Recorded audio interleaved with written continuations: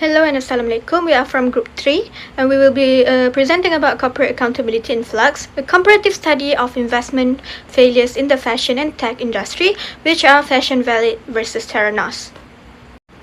So these are our team members. Assalamualaikum and good day. My name is ALANI binti NORKHAIRI and my metric number is 297270. So right now, before I start my executive summary, I wanted to emphasize on the phrase flux. The phrase in flux means that something that is continuously changing or evolving. In this study, it refers to how corporate accountability standards are changing over time due to increasing public expectation towards transparency, ethics, and responsible business practices. So, this study focuses on the importance of corporate accountability and ethical responsibility in business operation. Although businesses mainly aim to maximize their profit and achieve long-term growth, companies are also expected to operate ethically and respect human rights. Corporate accountability refers to a company's responsibility to act transparently, honestly, and in the best interest of stakeholders such as investors, employees, customers, and society. However, many companies fail to balance profitability with ethical practices. In order to remain competitive and reduce costs, some businesses engage with unethical activities such as financial mismanagement, weak corporate governance, and worker exploitation. These unethical actions can create serious consequences where companies may face lawsuits, financial losses, and may suffer from unsafe working conditions, exploitation, and loss of investment value. Therefore, this study examines two important cases, which are the Fashionvalet investment scandal in Malaysia and the Theranos fraud case in the United States. Both cases demonstrate how failures in accountability, transparency, and ethical leadership can negatively affect businesses, investors, and society.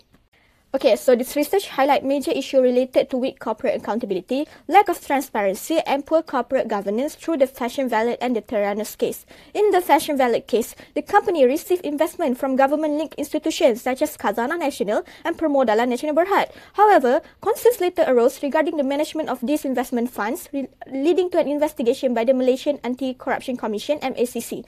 This case raised issues involving weak financial governance, lack of accountability, and responsible breach of fiduciary duty. It also reduced public confidence in government-linked investment institutions. Meanwhile, the Theranos case involved false claims about revolutionary blood testing technology. The company attracted over $700 million in investment before investigation revealed that the technology did not work as they promised. The company leaders, which are Elizabeth Holmes and Ramesh Balwani, were later charged with fraud. Overall, both cases show that how weak monitoring system, lack of transparency, and profit-driven decision can lead to serious ethical, financial, and social consequences. My name is Maisarah and my matrix number is 297619.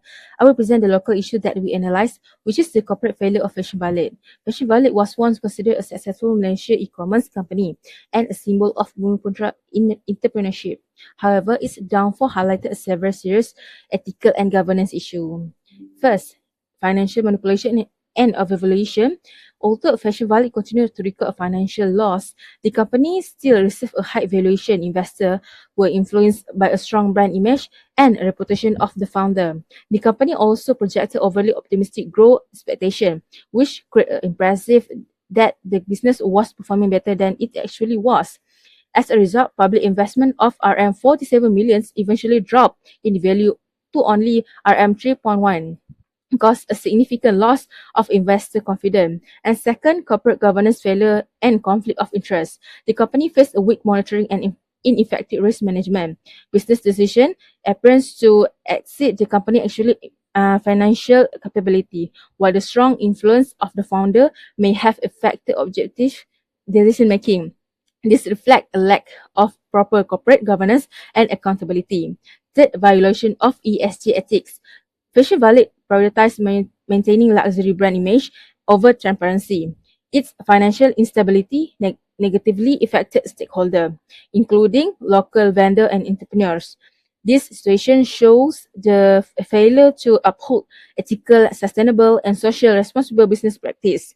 Overall, the Fashionvalet case demonstrates the importance of transparency, accountability, and ethical corporate governance. It remains as the long-term business success depends not only on profitability, but also on responsible and ethical management. Thank you. Okay, next, I will discuss the international issues in our assignment, which is corporate accountability failures in Theranos. Theranos was founded by Elizabeth Holmes in 2003 and claimed to revolutionize blood testing technology using only a few drops of blood.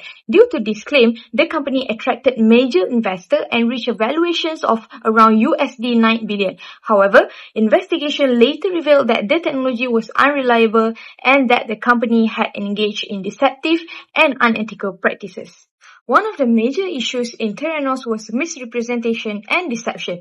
Theranos claimed that its technology could perform hundreds of accurate blood tests quickly using a very small blood sample. However, the technology was unreliable and the company secretly used traditional laboratory machines instead of its own devices. Despite knowing these problems, Theranos continued misleading investors, business partners, and patients. This shows that lack of transparency and honesty can seriously damage stakeholder trust and corporate credibility. Another major issue was corporate governance failure. The boards of directors lack expertise in healthcare technology, causing a weak oversight within the company. Theranos also created a secretive and toxic working culture where employees who raised concern were silenced or threatened. One example is Tyler Schultz, a former employee who became a whistleblower after discovering unethical practices within the company. As a result, unethical behavior continued for several years without proper accountability. The unethical practices of Theranos caused serious harm to many stakeholders, especially patients. Some patients received false medical results, including a pregnant woman who was wrongly informed that she was miscarrying. Another patient who was falsely told that her ectopic pregnancy had been resolved. In another case, a patient was sent to the emergency room due to abnormal Theranos results, but hospital later tests confirmed that patient was actually healthy. Besides affecting patients, the scandal also caused financial losses to investors and damaged public trust in healthcare technology companies. Moving into section 3.3, let's unpack our comparative diagnostic at first glance. A local e-commerce modest fashion platform like Fashionvalet and international health tech startup like Theranos seem to have nothing in common. However, we look beneath the surface, they share overlapping structural failure across three core dimensions: deception, governance, and stakeholder harm. The first one, let's look into deception and misrepresentation. Fashionvalet must RM 127 million in consecutive losses by weaponizing an aggressive social media narrative, hiding operational failure behind luxury lifestyle branding and illusion of growth. Theranos, on the other hand, committed outright scientific fabrication. They claimed their proprietary Edison machines could run hundreds of tests from few drops of blood, while secretly running patient sample on standard third-party commercial equipment. In both cases, public relation and perception management were used to bypass scrutiny and secure massive capital. The second one is corporate governance.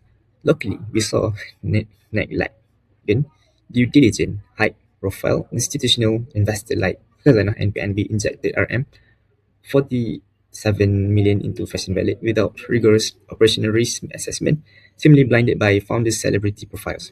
Internationally, Theranos engaged in deliberate obfuscation. Elizabeth Holmes stacked her report with heavy-hitting political and military figures who completely lack medical expertise, using strict NDAs and legal intimidation to crush internal desert. Next, for the third ethical theory, trusted theory and assuming ethics in the terms of equity, fairness, and the distribution of advantage and disadvantage among the stakeholders. When everyone is treated equally, especially in the most vulnerable, then the action is considered as Fashionvalet.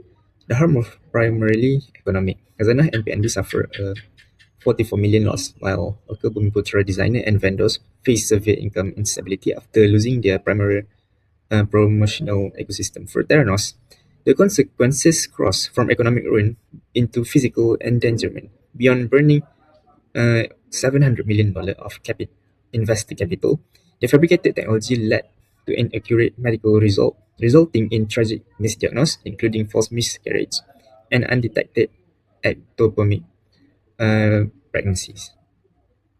In the case of Theranos, the company mispresented their blood testing technology and harmed numerous population.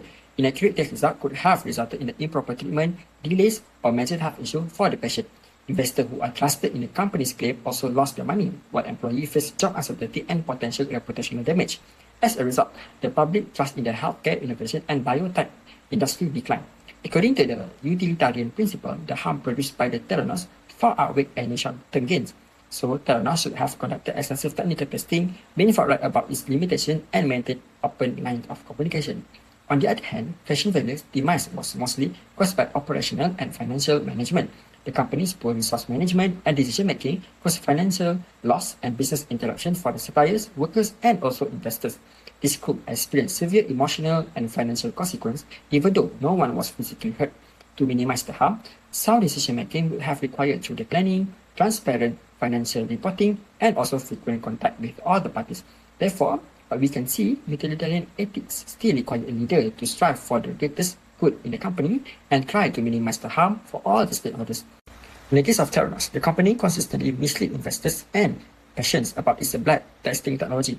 This means Theranos violated fundamental obligation of transparency and honesty. From a deontological perspective, these actions are immoral regardless of the immediate benefit because of morality should be grounded in principle rather than merely outcome. As a result, Theranos' decision blatantly violated moral standards. However, for the Fashionvalet, its ethical issue were not as severe as those of Theranos, but they were still noteworthy. Issues such as poor communication, late payments, and lack of financial transparency demonstrate the honesty and unfairness. Deontologically, require leaders to treat partners, investors, and their employees with integrity and respect, even no one else was in danger. In conclusion, deontological ethics require business leaders to uphold their moral duties and principles, acting with integrity, honesty, and fairness towards all the stakeholders. In the case of Theranos, the company consistently misled investors and patients about its blood testing technology. This means Theranos violated fundamental obligation of transparency and honesty. From a deontological perspective, these actions are immoral regardless of the immediate benefit because of morality should be grounded in principle rather than merely outcome. As a result, Theranos' decision blatantly violated moral standards. However, for the Fashionvalet, its ethical issue were not as severe as those of Theranos, but they were still noteworthy. Issues such as poor communication, late payments, and lack of financial. In the case of Theranos, these values were seriously violated. Patient and investors bore nearly all the risk, while the founders reaped the majority of the financial and reputational benefit. According to the Rawls rules, inequality is only just if it benefits the most disadvantaged. However, Theranos did the exact reverse by endangering those in need for its own benefit. On the other hand, what we can see from the Fashionvalet also pose issue from a justice point of view, even though its ethical failing are less severe. The negative effect of operational and financial mismanagement were disproportionately felt by the suppliers and employees.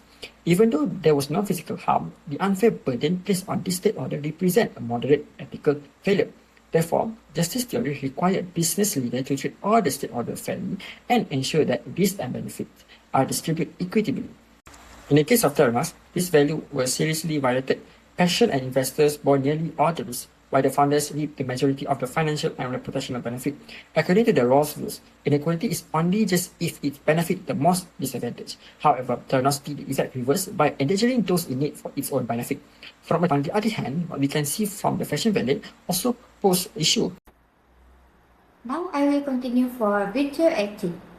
Virtue ethic is about whether a company acts with honesty and integrity, not just one, but as a habit.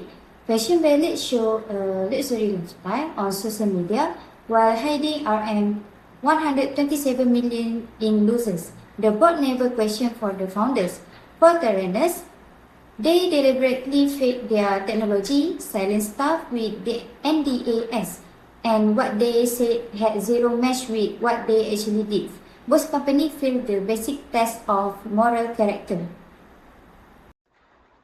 Next is right theory. Right theory says stakeholders have right to truth, safety, and choice that cannot be violated. For Fashionvalet, Lazana and PMB were denied accurate financial information. Their investment decisions were based on false data. For Theranos, it was patients received false blood test results that affect real medical decisions. Investors were misled with USD 700 million rise on paid claims. Employees who tried to speak up were legally threatened. All three groups had their right violated at the same time. The last one is due care theory. Due care theory says the more knowledge and control you have, the greater your duty to protect others. Fashionvalet's management knew knew about the losers, only they had the full picture, but they didn't want investors honestly. An investor lose 44 millions. Vendor on the platform had no way to see what was going wrong behind the scenes. Theranos is the most extreme case. In healthcare, patients have no way to verify if tests are accurate, so the duty of care is at highest. Theranos keep running tests it knew were wrong, block any outside check, and end up harming patient health, investor money, and public trust all at once. And for the conclusion and ethical lesson, Theranos versus Fashionvalet, when modern business prioritize hype and hypervaluation over baseline, operational accountability and ethical integrity, systemic collapse is inevitable. Today I want to look at two completely different corporate disasters, Theranos in Silicon Valley and Fashionvalet in Malaysia.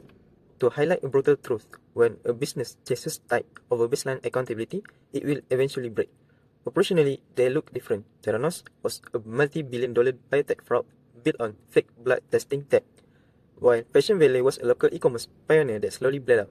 Yet beneath the surface, the road was identical. Both leadership team used highly polished illusion, one through extreme corporate secrecy, the other through glitzy social media branding to hide severe internal hemorrhaging from their investor and the public. Why did this happen? Because their boards of directors act like a founder fan club instead of independent supervisors.